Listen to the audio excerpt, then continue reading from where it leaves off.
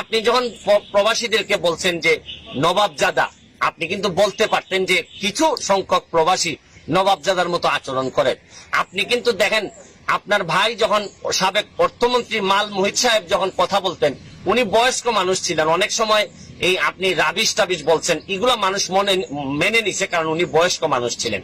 কিন্তু আপনি যখন তার ভাই হয়ে, আপনি একজন শিক্ষিত মানুষ হয়ে যখন আপনি একদম জেনারেল ভাবে কথা বলেন যে প্রবাসীরা নবাবজাদা, তখন সব প্রবাসী তো আর আমার মতো ব্যারিস্টার না, আপনার মতো এরকম ফ্যামিলি থেকে আসে নাই যে আপনার সব এইরকম বলিষ্ঠ কথা এবং লুকানো কথা, ভিতরের কথা সব স্বাভাবিকভাবে মেনে নিবে।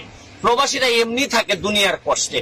প্রবাসীরা যেখানে নিজের দেশের বাইরে থেকে মানুষ একটু সম্মান আশা করে, মানুষ একটু সম্মানের সাথে কথা আশা করে। আপনি যখন বলেন যে প্রবাসীরা আসলে পরে, আপনি বিভিন্ন কথা বলছেন যে লাখের লাখ মানুষ আসবে। আপনি বলতে পারতেন যে আমাদের আইন বিচার ব্যবস্থার অবনতি ঘটতে পারে, আমাদের এই ধরনের সিচুয়েশনের অবনতি ঘটতে পারে। আপনি কিভাবে বলেন যে প্রবাসীরা এইভাবে আসলে এত মানুষ বেড়ে যাবে, চাকরি থাকবে না, আর শেষে একটা কথা লাগাই দিলেন, দিয়ে বললেন যে আমাদের চুরি চামারি বেড়ে যাবে। তো এর মানে কি? আমার মতো ব্যারিস্টার না হইলে বা আপনার মতো এরকম ব্যাকগ্রাউন্ডের একজন জ্ঞানী লোক না হইলে, সাধারণ মানুষ যদি সাধারণভাবে বুঝে, তাহলে মানুষ বুঝে ফেলতে পারে যে প্রবাসীরা চোর, প্রবাসীরা আসলেই এই দেশে চুরি হবে। তাইলে এই প্রবাসীদের কি সম্মানটা আপনি দিলেন? প্রবাসীদেরকে সম্মান শুধু মনের ভিতর রাখলে হবে না মাননীয় পররাষ্ট্রমন্ত্রী, আপনার মুখের মধ্যে দিয়ে প্রকাশিত হইতে হবে।